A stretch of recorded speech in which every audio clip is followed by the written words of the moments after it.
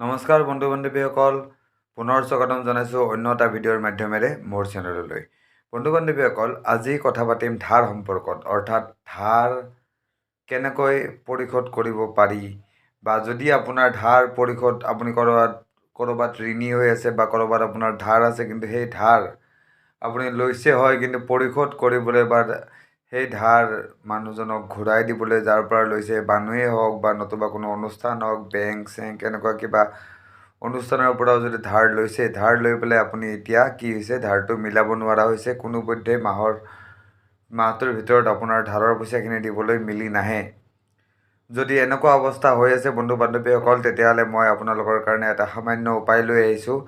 এই উপায়টো যদি আপোনালোকৰ দৈনন্দিন জীৱনত এবাৰ কৰি লয়, তেতিয়াহ'লে কি হ'ব, আপোনালোকৰ এই ধাৰৰ সমস্যাৰ পৰা, এই ঋণৰ সমস্যাৰ পৰা আপোনালোক মুক্ত হ'বলৈ সক্ষম হ'ব। এক প্ৰকাৰ ক'বলৈ গ'লে অতি সহজতে মুক্ত হোৱাৰ বাট আপোনালোকে বিচাৰি পাব এই উপায়টো কৰি লোৱাৰ পিছতে। তো বন্ধু বান্ধৱীসকল, উপায়টোৰ বিষয়ে সমস্ত ক'ম, কাৰ উপায়, কি উপায়, কেনেকৈ কৰিব লাগে, এই সকলোখিনি ক'ম। কোৱাৰ আগতে বন্ধু বান্ধৱীসকল সামান্য অনুৰোধ, যোনে এতিয়ালৈকে মোৰ এই চেনেলটো ছাবস্ক্ৰাইব কৰা নাই, অনুগ্ৰহ কৰি চেনেলটো ছাবস্ক্ৰাইব কৰি ল'ব।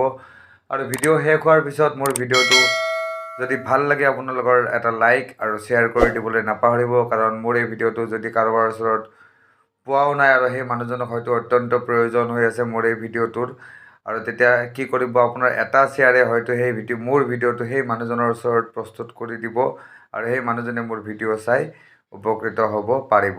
আৰু তেতিয়া কি হ'ব, আশীৰ্বাদ আপোনালোকে পাব বন্ধু বান্ধৱীসকল।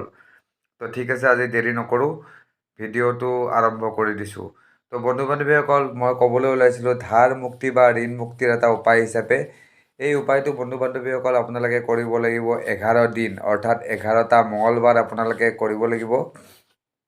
11টা মঙলবাৰ কৰিব লাগিব, যিহেতু আপোনালোকে যিসকলে জানে মঙলবাৰ কাৰ দিন, সেইসকলে নিশ্চয় গম পাইছে। এই উপায়টো হ'ল হনুমানজীৰ এটা উপায় মই আজি আপোনালোকৰ কাৰণে লৈ আহিছোঁ, মহাবীৰ হনুমানৰ এটা উপায় লৈ আহিছোঁ। যি উপায় যদি আপোনালোকে জীৱনত 11 দিন মাত্ৰ কৰি লয়, তেতিয়াহ'লে আপোনালোকৰ কি হ'ব, এই যি ঋণে আপোনালোকৰ পিছা এৰা নাই, এই যি ঋণে আপোনালোকক অসুবিধাত পেলাই ৰাখিছে, সেই ঋণৰ পৰা অতি সহজতে কেনেকৈ মুক্ত হ'ব পাৰি তাৰ পথ আপোনালোকে বিচাৰি পাব।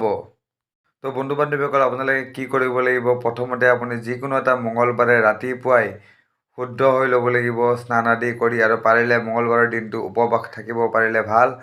যদি উপবাসে থাকিব নোৱাৰে, তেতিয়াহ'লে সেইদিনাখন নহৰু, পিঁয়াজ, মাছ, মাংস আদি যিবিলাক আহাৰ আছে, ৰজগুণী বা তমগুণী যিবিলাক আহাৰ আছে, সেই আহাৰবিলাক বৰ্জন কৰি সম্পূৰ্ণ নিৰামিষ ভোজী হৈ থাকিব, বা সম্পূৰ্ণ নিৰামিষ ভোজী হ'বলৈ চেষ্টা কৰিব। চেষ্টা কৰি পেলাই আপুনি কি কৰিব, ৰাতিপুৱাই স্নান আদি কৰি হনুমানজীৰ মন্দিৰত যাব, বা হনুমানজীৰ মন্দিৰত ৰাতিপুৱা যাব সময় নাপালেও আপোনালোকে গধূলিও যাব পাৰে, কোনো প্ৰব্লেম নাই।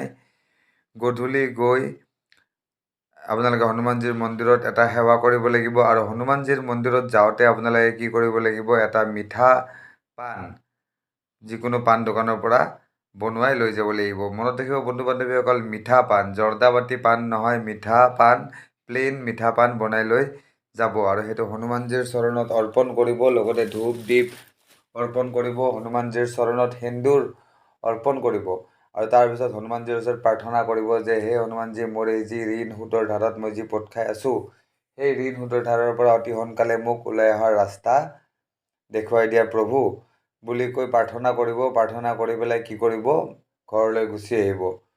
ঠিক আছে, ঘৰলৈ গুচি আহিব, আৰু ৰাতি সেই ঘৰলৈ গুচি আহি আপুনি থাকি যাব, আৰু একো কৰিব নালাগে, খালি মই কোৱা ধৰণে আহাৰ গ্ৰহণ কৰিব, ৰজগুণী তমগুণী আহাৰ গ্ৰহণ নকৰিব।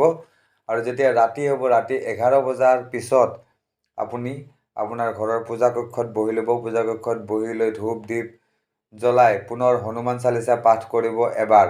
এনেকৈ আপোনালোকে প্ৰত্যেক মঙলবাৰে কৰিব লাগিব, 11টা মঙলবাৰলৈকে। 11 নম্বৰ মঙলবাৰটো যেতিয়া পাৰ হৈ যাব, তেতিয়া আপোনালোকে কি কৰিব, 11 নম্বৰ মঙলবাৰৰ দিনা ৰাতিপুৱা যেতিয়া মন্দিৰলৈ যাব, তেতিয়া তাত হনুমানজীক পাণটো অৰ্পণ কৰাৰ উপৰিও প্ৰসাদ হিচাপে লাড্ডু অৰ্পণ কৰিব, আৰু সেই লাড্ডু যেতিয়া হনুমানজীৰ মন্দিৰৰ পৰা ওলাব, বুন্দিয়াৰ লাড্ডু, সেই লাড্ডু ভক্তৰ মাজত বা কিছুমান সন্যাসীৰ মাজত বা ঘৰত আহোঁতে মানুহক আপোনালোকে বিলাই থৈ আহিব, আৰু কিছু পৰিমাণে প্ৰসাদ হিচাপে ঘৰলৈও লৈ আহিব। চাব এই 11 দিনৰ যেতিয়া আপোনালোকৰ অনুষ্ঠান পূৰ্ণ হৈ যাব, মই কোৱা অনুসৰি 11 দিনৰ অনুষ্ঠান পূৰ্ণ হৈ যোৱাৰ পিছৰ পৰা আপোনাৰ যি ঋণ, এই ঋণ যদি আপোনালোকে এতিয়ালৈকে পৰিশোধ কৰিব পৰা নাই, এই ঋণৰ কাৰণে আপোনাৰ জ্বলা-কলা হৈ আছে, তেতিয়াহ'লে সেই ঋণৰ পৰিশোধৰ ৰাস্তা আপোনালোকে অট'মেটিকেলি আপোনালোকৰ আগত আহি যাব, বা ভগৱান হনুমানে সেই ঋণৰ পৰা মুক্ত হোৱাৰ ৰাস্তা আপোনাৰ আগত প্ৰস্তুত কৰি দিব।